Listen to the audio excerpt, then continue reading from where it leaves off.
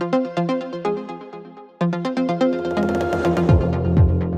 to Spaceground. I'm Shaniqua Vereen, and this week we take a look ahead at the next mission flying to the International Space Station.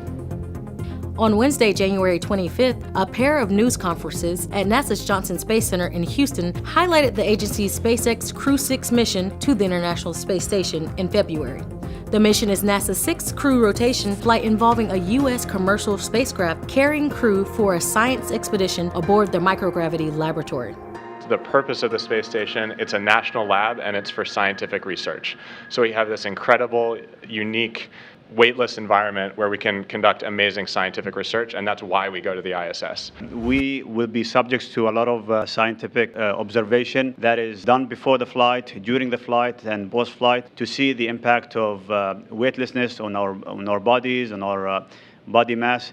So it's all for the sake of science, and it's all for the sake of the push towards the boundaries of exploration towards space.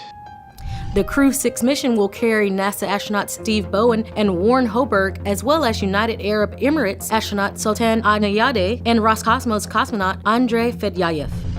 The Falcon 9 rocket and the Dragon Endeavour spacecraft is scheduled to launch no earlier than February 26th from Launch Complex 39A at NASA's Kennedy Space Center in Florida. During their mission aboard the orbiting laboratory, the Crew 6 astronauts will conduct cutting-edge research.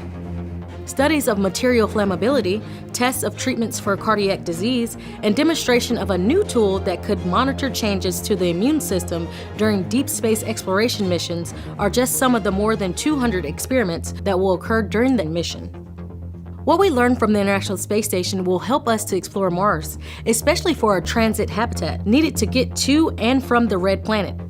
This week on Houston We Have a Podcast, Paul Kessler, aerospace engineer from NASA's Langley Research Center, discusses what a spacecraft that would take future Mars explorers to and from the red planet would look like.